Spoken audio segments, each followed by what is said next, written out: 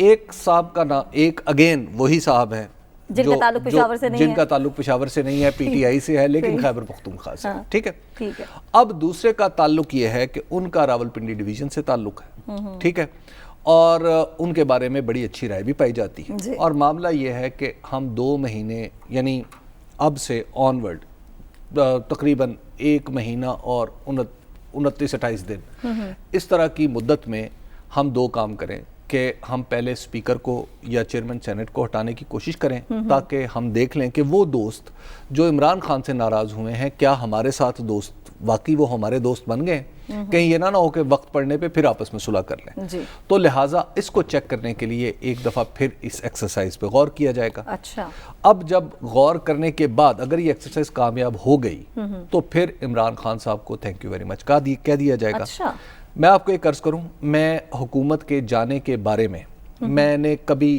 اس programme میں صرف 2 دفعہ بات کی. ایک دفعہ بات کی تھی اکتوبر 2019 میں. اکتوبر 2019 میں یہ تقریباً انڈرسٹوڈ تھا کہ عمران خان صاحب تھینک یو ویری مچ، ہم سے غلطیاں ہو گئی، جب 20 سال ہی ہوا تھا حکومت کو تقریباً. لیکن کرونا آ گیا تو کرونا میں بہت ساری چیزیں ڈھانپی گئیں. میں اپنے دوسری دفعہ آپ کو عرض کر رہا ہوں کہ حکومت از ان سیریس ٹربل. اچھا اب آپ ذرا پوچھیں کہ میں کیا چاہتا ہوں کہ حکومت جائے؟ میں چاہتا ہوں کہ یہ ساری خبریں غلط ثابت ہوں اور حکومت نہ جائے. حکومت نہ جائے. عمران خان صاحب ایسا اس کی وجہ عمران خان صاحب کے لیے تو میرا خیال ہے اس سے بڑی فیور ہو ہی نہیں سکتی کہ ان کی حکومت کو اس طرح سازش کر کے نکال دیا جائے اور تاکہ وہ باہر جا کے کہ میں نے تو اصل سونے کی ہر چیز بنانے لگا تھا، یہ تو بیچ میں یہ لوگ آ گئے. تو آپ انہیں ایک نیو لیز آف لائف دیں گے. پولیٹیکلی پاکستان اب خدا کر کے اپنے راستے پہ چل رہا ہے، اس کو چلنے دیں. میں اگین عرض کر رہا ہوں کہ دوسرے بھی کوئی بکرات نہیں ہیں، وہ اتنے ہی نالائق ہیں. تھوڑی بہت اچھے طریقے سے وہ نالائکی مینیج کر نہیں، تھوڑی سی مثلا چائے اتنی ہی بری ہے، بس کوئی کپ ذرا اچھا ہے، کوئی کپ ذرا برا، ٹھیک ہے. تو آپ اس لیے اس چکر میں نہ پڑیں، ٹھیک ہے. یہ جو آپ کے ذہنوں میں بلا وجہ کے خوف ہے نا اپوزیشن کے بھی کہ جناب وہ 22 میں پتہ نہیں کیا ہو جائے گا اور نومبر میں پتہ نہیں کیا ہوگا اور دسمبر میں پتہ نہیں کیا ہوگا، اس خوف سے نکلیں. آپ اس طرح کی سازشیں نہ کریں. مجھے ساتھ صاحب کے پاس بھی آنا ہے، مختصراً بس مجھے اتنا بتا دیجیے گا اپوزیشن جو چاہتی ہے ایسا ہو گیا تو اس کے نتائج کیا نکلیں گے؟ اس کے نتائج انسٹیبلٹی نکلے گی نا، اس کا نتیجہ ملک کے لیے عدم استحکام نکلے گا. ٹھیک ہے. اور آپ کی اکانومی جو پہلے ہی کبھی اچھی نہیں رہی وہ مزید بری ہو جائے گی. تو یہ آپ کی لوگوں کی انائیں پوری ہو جائیں گی، لوگوں کی انا کو خوراک مل جائے گی ام رباب. لیکن یہ پاکستان کے لیے تباہ کن ہوگا. پاکستان وہاں پہ جا کھڑا ہوگا جہاں سے آج سے 15 سال پہلے تھا. اسی کو آگے لے کر چلتے ہیں. ساتھ صاحب حکومت کو یہ جو چاروں طرف سے گھیر لیا ہے، عدم اعتماد کی بھی باتیں ہو رہی ہیں تحریک کی، پھر اپوزیشن ناراض ہے، اتحادی حکومت سے ناراض ہو گئے، معیشت پر یہ صورتحال کس طرح سے اثر انداز ہوگی؟ دیکھیے رول تو بڑا سمپل ہے کہ جب بھی پولیٹیکل انسٹیبلٹی ہوتی ہے تو اکانومی خراب ہو جاتی ہے. یہ تو اکنامکس 101 جو حبیب صاحب ایف اے کی کتاب اکنامکس کی حکومت کے ایڈوائزرز کو ریکمینڈ کرتے رہتے ہیں، یہ تو میرا خیال ہے اس سے بھی ایک پہلی کی بات ہے. یہ تو ہر شخص کو پتہ ہونا چاہیے کہ جب بھی پولیٹیکل انسٹیبلٹی ہوگی تو ہماری اکانومی بھی خراب ہوگی. اور اکانومی کے علاوہ جو دیگر انٹرنیشنل لیولز ہیں جس میں آئی ایم ایف ہے، ایف اے ٹی ایف ہے، دیگر اس طرح کے مسائل ہیں، ان میں بھی تھوڑی سی مزید خرابی آنے کے چانسز ہیں. لیکن بات اس سے تھوڑی سی زیادہ بنیادی ہے جو حبیب صاحب بات جس کی طرف نشاندہی کر رہے ہیں، یہ کہ آج وزیر اعظم کون ہے اور اسپیکر کون ہے اور وزیر اعلیٰ کون ہے، یہ ہمیں میڈیا میں بڑا انٹرسٹ ہے، اس کو سوشل میڈیا پہ بھی اس میں بڑا انٹرسٹ ہے، ڈیجیٹل میڈیا پہ بھی اس پہ بڑا انٹرسٹ ہے، اور ڈرائنگ روموں کے اندر بھی اس پہ بڑی بحث ہوتی ہے. لیکن پاکستان کا یہ مسئلہ نہیں ہے. اگر عثمان بزدار صاحب کی جگہ آج عثمان بزدار کے کوئی پی ایس او کو وزیر اعلیٰ بنا لے اور پنجاب اسی طرح چلتا رہے تو اس سے پاکستان کا کوئی فائدہ نہیں ہے. اور اگر آپ لکڑ ہارے کو وزیر اعلیٰ بنا لیں اور پاکستان بہتر ہو جائے تو وہ سب کے لیے بہتر ہے، ناموں سے تو فرق نہیں پڑتا. سوال یہ ہے جو حبیب صاحب بنیادی بات جس کی طرف اشارہ کر رہے تھے کہ اگر یہ گورنمنٹ چلتی رہے تو یا گر جائے تو جو آئے گا وہ کیسے لے کے آئے گا، ڈالر کی پرائس نیچے کیسے کرے گا، یہ سوال ہے. اس کے پاس کیا اسٹریٹجی وہ کیا کرے گا دیگر پاکستان کے مسائل کے لیے، ایل این جی کی پرائس کیا ہوگی، ایف اے ٹی ایف کے ساتھ کیا پالیسی ہے، آئی ایم ایف کے ساتھ معاہدے کو کیسے پورا کیا جائے گا. اگر تو صرف بندے ایک ہی جگہ بندہ بی لے آئیں گے اور مسئلے یہی رہیں گے, اور ڈالر جو ہے وہ 190 پہ چلا جائے گا, اور پھر اس کو ہلکا ہلکا کر کے تھوڑا سا نیچے لے کے آئیں گے اور 185 پہ کہیں گے دیکھیں ہم نے 5 روپے ڈالر کم کر دیا, جس طرح کے بہت سی گورنمنٹس کے اندر آن اینڈ آف ہوتا رہے. پھر تو یہ صرف ایک ایگوز کی بیٹل ہے نا, جو تقریباً پاکستان میں 10-1,000 بندہ ہے جس کو یہ میٹر کرتی ہے. اس میں سے چند لوگ پارلیمنٹ کے اندر ہیں, چند لوگ دیگر اداروں میں ہیں, کچھ جوڈیشری کے اندر یہ وہ جن کا اس میں انٹرسٹ ہے. جو باقی کے 200 ملین بندہ ہے اس کو یہ تھوڑا میٹر کرتا ہے کہ وزیر اعظم کا نام کیا ہے یا کس پولیٹیکل پارٹی سے ہے. بھائی آپ کل کو دوسری پولیٹیکل پارٹیز کے سکرات لے آئیں یا تیسری پولیٹیکل پارٹی کے سکرات لے آئیں یا پہلے والے سکرات واپس آ جائیں, اور میں سکرات کا لفظ خاص طور پہ چند لوگوں کے لیے کہہ رہا ہوں, تو وہ کیا کریں گے؟ ہم نے ابھی چند دن پہلے ان سے ٹیلی ویژن پہ پوچھا تھا کہ آپ کی اکنامک پالیسی کیا ہوگی, اگر آپ آ گئے تو ڈالر کو کیسے نیچے لے آئیں گے؟ تو آپ نے دیکھا ان کے پاس جواب کوئی نہیں تھا. پھر انہوں نے کہا جب تک نیب چلتی رہے گی اکانومی نہیں ٹھیک ہوگی. بھائی اگر آپ نے صرف آ کے کرنا یہ ہے کہ اپنے کیسز نیب کے بند کرنے ہیں اور پھر اکانومی ٹھیک ہو جائے گی, تو یہ کام تو ہم نے 90 کی دہائی کے اندر بھی دیکھا تھا, یہ کام تو اس سے پہلے بھی چل رہا ہے. بھائی آلٹرنیٹ پالیسی آپشنز کیا ہیں, اور اگر نہیں ہیں تو پرائم منسٹر بدلنے سے, گورنمنٹ بدلنے سے, پولیٹیکل پارٹی بدلنے سے یہ مسئلہ سالو نہیں ہوگا جب تک ہم لانگ ٹرم اکنامک سیکیورٹی اور دیگر ہماری جو انرجی سیکٹر کی پرائسز, ہماری جو انرجی سیکٹر کی پالیسیز ہیں, جب تک ان کو ٹھیک نہیں کریں گے بندہ بدلنے سے یہ مسئلہ سالو نہیں ہوگا. ٹھیک ہے جی, اس کے ساتھ ہی ہم بریک کی جانب بڑھیں, واپس آئیں گے مزید بات کریں گے, ہمارے ساتھ رہیے گا. ویلکم بیک ناظرین. افغان عبوری وزیر خارجہ کا دورہ پاکستان, اس پر ہم بات کریں گے. افغان وزیر خارجہ کی وزیر اعظم عمران خان سمیت اہم ملاقاتیں ہوئی ہیں. حبیب صاحب, یہ دورہ کتنی اہمیت کا حامل ہے؟ دیکھیے پاکستان کے لیے تو بہرحال افغانستان کی اہمیت بالکل ایسے ہی ہے جیسے انگلی اور ناخن کا رشتہ ہوتا ہے. یہ وہ رشتہ ہے, اس کی وجہ سے ہمارے لیے بھی اس کی بڑی اہمیت ہے اور خود افغانستان کے لیے بھی بڑی اہمیت ہے. امیر خان متقی صاحب جو ہیں, جو ان کے عبوری وزیر خارجہ ہیں, یہ ان کو اپنی حکومت کو جا کے سمجھانا آسان ہوگا, جس میں بہت سارے ایسے لوگ ہیں جو یہ سمجھتے ہیں کہ ہمیں جس طرح ہم نے 1996 سے 2001 تک گورنمنٹ چلائی تھی ہمیں اب پھر اسی طرح چلانی چاہیے. تو لہٰذا انہیں یہاں پر پاکستان میں آ کے جو ٹرائیکا پلس کا اجلاس ہوا ہے اس نے واضح طور پر یہ بتا دیا ہے کہ آپ کو خواتین کو تعلیم, ان کی تعلیم کی رکاوٹیں دور کرنا ہوں گی, آپ کو انسانی حقوق کی پابندی کرنا ہوگی, آپ کو انشور کرنا ہوگا کہ آپ کی سرزمین کسی تیسرے ملک کے خلاف استعمال نہ ہو. تو جب تک افغان یہ کام نہیں کریں گے, موجودہ افغان حکومت یہ چاہے کچھ بھی کر لے, یہ اپنی دانست میں اب بالکل سونے کی بن کے دکھا دے, دنیا اس کو نہیں مانے گی. اور دنیا کے ساتھ چلنا نہ صرف افغانستان کی مجبوری ہے بلکہ اس سے بڑی مجبوری پاکستان کی ہے. اب یہ امیر خان متقی صاحب ان لوگوں میں شامل تھے, یعنی میری جو انفارمیشن ہے کہ کچھ عرصہ پہلے افغانستان کے اندر اختلاف جو ہوا تھا کیبنٹ کی, جو عبوری کیبنٹ ہے اس کے اندر جو اختلاف ہوا تھا وہ جدید اور قدیم کا اختلاف تھا. تو اس میں امیر خان متقی صاحب جو ہیں وہ قدیم والوں کے ساتھ تھے. تو اب چونکہ انہیں براہ راست پتہ چل گیا ہے کہ دنیا کیا چاہ رہی ہے, اور وہ بڑی بے بسی سے پوچھ رہے تھے کہ جناب ہم کیا کریں کہ دنیا ہمیں تسلیم کرے. دنیا نے لسٹ بتا دی ہے, بلکہ ایسا کریں کہ وہ پاکستان کے کل اور پرسوں کے اخبارات ساتھ لے کے جائیں اور جا کے دنیا نے جو پیغام دیا ہے وہ جا کے اپنے ساتھیوں کو بتائیں کہ ہمیں یہ کرنا ہے, ان کے پاس کوئی دوسرا آپشن نہیں ہے. تو لہٰذا پاکستان نے اپنا کام کر دیا ہے, پاکستان نے دنیا میں ایک فیوریبل فضا بھی قائم کر دی ہے. اب موقع طالبان کے ہاتھ میں ہے کہ وہ کتنا آگے بڑھتے ہیں. موقع طالبان کے ہاتھ میں ہے, اور اسی صورتحال میں اگر ہم دیکھیں افغانستان کی معاشی صورتحال کافی خراب ہے. دنیا نے جو پیغام دیا ہے اسے مانا جاتا ہے, تبھی معاشی مشکلات بھی حل ہوں گی.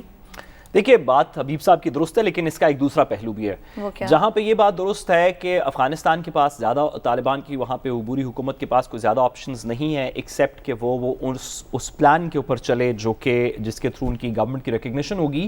اسی طرح دنیا کے پاس بھی زیادہ آپشنز نہیں ہے کہ انہوں نے ایونچولی طالبان کو ریکگنائز کرنا ہے. یہ تھوڑی ہے کہ وہ امراللہ صالح کو آپ یہاں پہ کہیں گے کہ نہیں نہیں وہ تم جو تاجکستان کے کسی کیو کے اندر اس وقت بیٹھ کے تم اپنی ٹویٹس کرے. بائی دی وے اگر افغانستان کے لوگ یہاں موجود ہیں ذرا ان سے پتہ یہ بھی کر لیں کہ امراللہ صالح صاحب ہیں کدھر ذرا آج کل, کیونکہ ٹویٹر تو ان کا چل رہا ہے. خیر کہ یہ تھوڑی ہے کہ کوئی اشرف غنی کی حکومت یا امراللہ صالح کی کوئی کسی تاجکستان کے کسی جگہ پہ یا بھارت میں کہیں پہ بھوپال کے اندر کوئی حکومت تھوڑی قائم ہوگی. یہی افغانستان کی حکومت ہے, یہی افغانستان کے لوگ ہیں, انہی کے ساتھ دنیا نے کام کرنا ہے. معاشی طور پہ بہت بڑا تھریٹ ہے. دیکھیے معاشی طور کے اوپر جو 20 سال سے امریکہ نے $3 ٹریلین لگائے افغانستان کے اندر, تو افغانستان میں معاشی ترقی آ گئی ہے کیا؟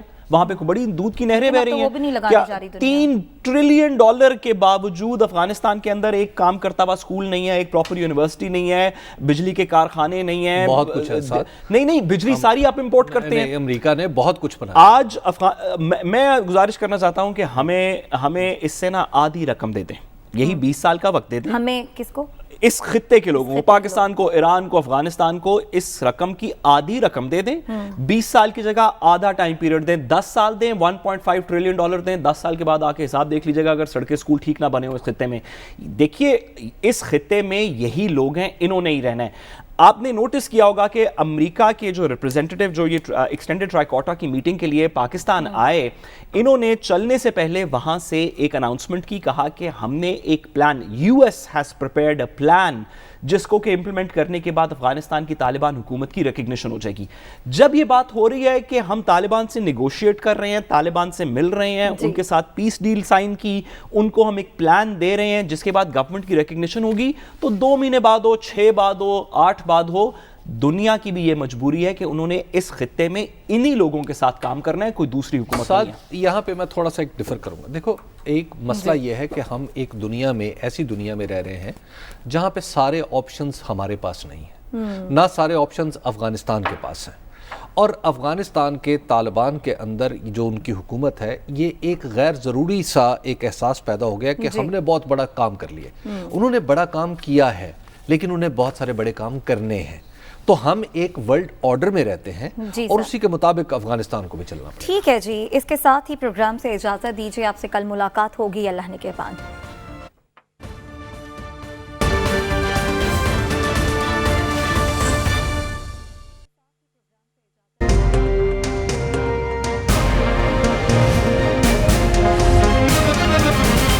دنیا خبر کی دنیا